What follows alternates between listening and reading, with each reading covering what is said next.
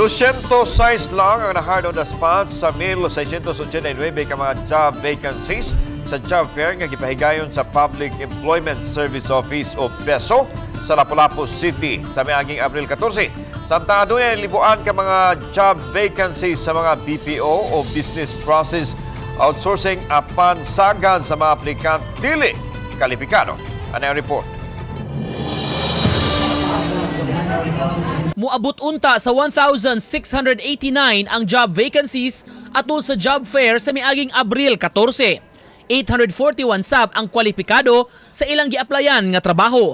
Apan gipahibaw ni Kim Francisco, manager sa Public Employment Service Office o PESO, Lapu-Lapu City, nga 206 lang ang na-hired on the spot.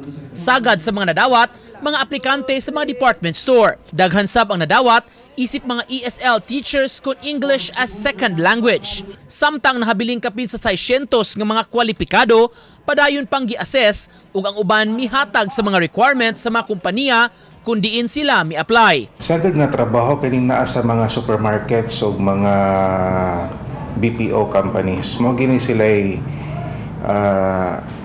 usual nato nga mo hire on the spot. Samtang giangko ni Francisco, pipila sa mga hinungdan nganong menos ra ang nadawat sa giaplayan nga trabaho mao ang kwalifikasyon. Naglakip kini sa educational background, kasinatian sa trabaho ug edad.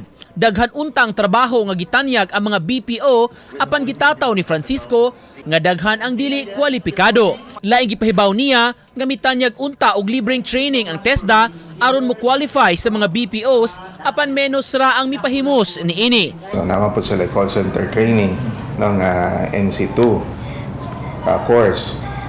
Ila po nang gipadagay sa mga LGUs. No? So far naman po yung mga ni appeal po ni ana nga programa. Kaganihang buntag tulo ka recruitment agency ang misuroy sa PESO Lapu-Lapu City. Ang duha kanila nag-hire og tagsa kagatos ka mga domestic helper alang sa Middle East ug Taiwan. Samtang ang laing recruitment agency nangita og mga call center agents. Uban ni Godfrey Relien, Nico Sereno, Balitang Bisdak.